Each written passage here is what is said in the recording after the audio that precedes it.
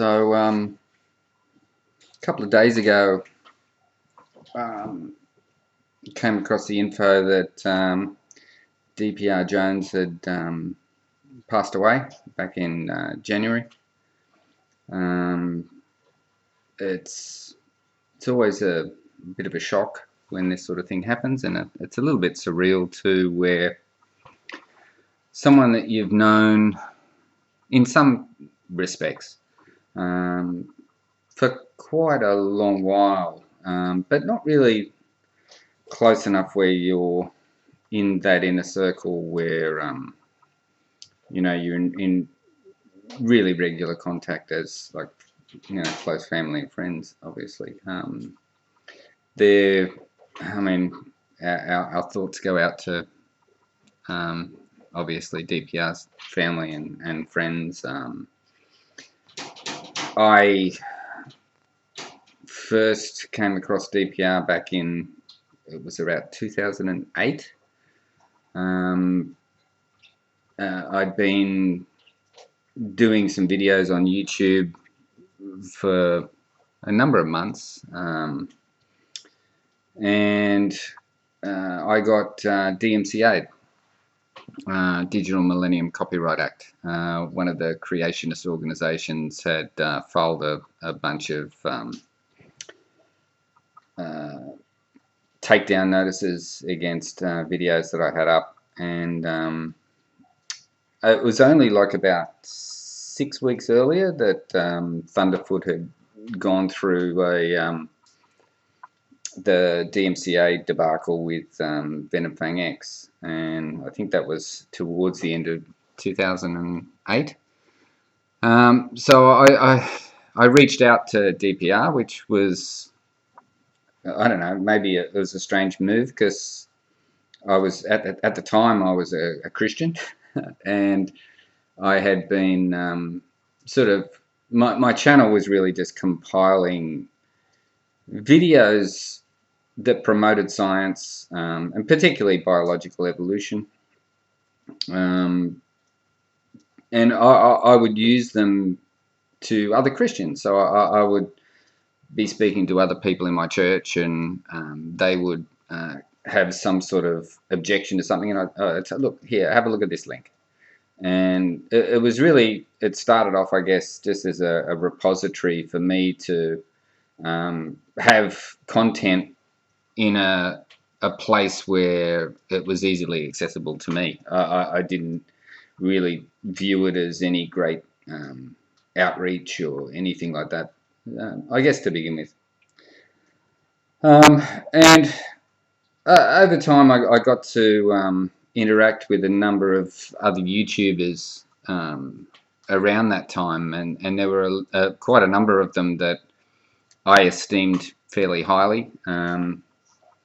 And when the incident went down with my channel, and I got in touch with DPR, and then he was just such a lovely bloke, like really someone that I don't think it would matter what your belief system was, what you agreed or disagreed on. He was someone that you could really just sit down and have a great conversation with. And as you go through life, I guess there's people you meet, and there's situations that you encounter which for you may seem at the time sort of insignificant, but what's really happened is you've taken a fork in the road.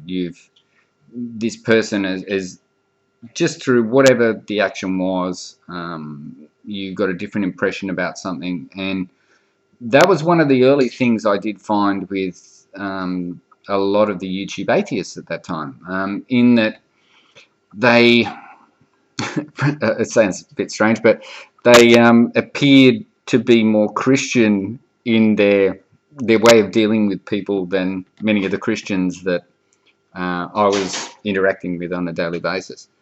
And I guess that was a big fork in the road and a cobblestone in the path, or whatever you want to talk about, in my journey from being a theist to an atheist. It was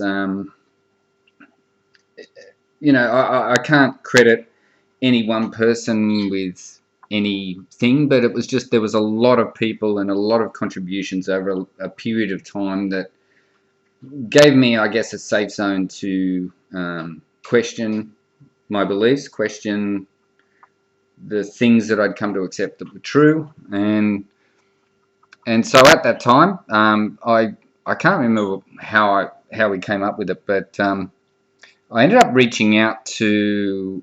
I sort of took the collaboration thing that I'd seen DPR do with Thunderfoot at that time, and I reached out to quite a number of prominent YouTubers in that sphere, that sciencey anti-creationism type thing, and that included like Thunderfoot and R and Ra, and at the time Don Exodus 2, who was another Christian. CDK 007 was a great channel full of great info. Potholer 54, obviously. Andromeda's Wake back then. Extant Dodos. So there was a whole bunch of these users, and I was totally chuffed that everyone came on board, and we did this big anti-DMCA collaborative video, and it was sort of all. I don't think that would have happened without DPR. I think by having him on board with that project, and it was just a small project. It was nothing large, but yeah, he was a major part in making that happen. He then went on and started with a number of other people, or what eventually evolved into, I guess, the Magic Sandwich Show, with people like R and Ra and Thunderfoot, Don Exodus and Andromeda's Wake, I think it was in the early days. Some others came on later on, Concordance, and yeah, just and it was something I watched a lot. I was involved in some of the blog TV charity things for Médecins Sans Frontières. He was a huge advocate for that, and that's such a noble charge to take the helm with that. Yeah, he had his own little dramas with DMCA's and that, but just look, he's an all-round. There's my parrot. All-round fantastic guy, and there's a lot of people that you meet on your journeys around this little yellow sun, but DPR is really one of the great ones, one of the ones that really could make an impact with people, and I really appreciate his part in my journey. It's been fantastic, so I'm here to raise a glass for DPR. Very nice. This one we're having a Johnny Walker Scotch, bottled, no, established in 1820. I don't know when it was bottled, but yeah, it's a very nice Scotch, and here's to you, DPR. Cheers.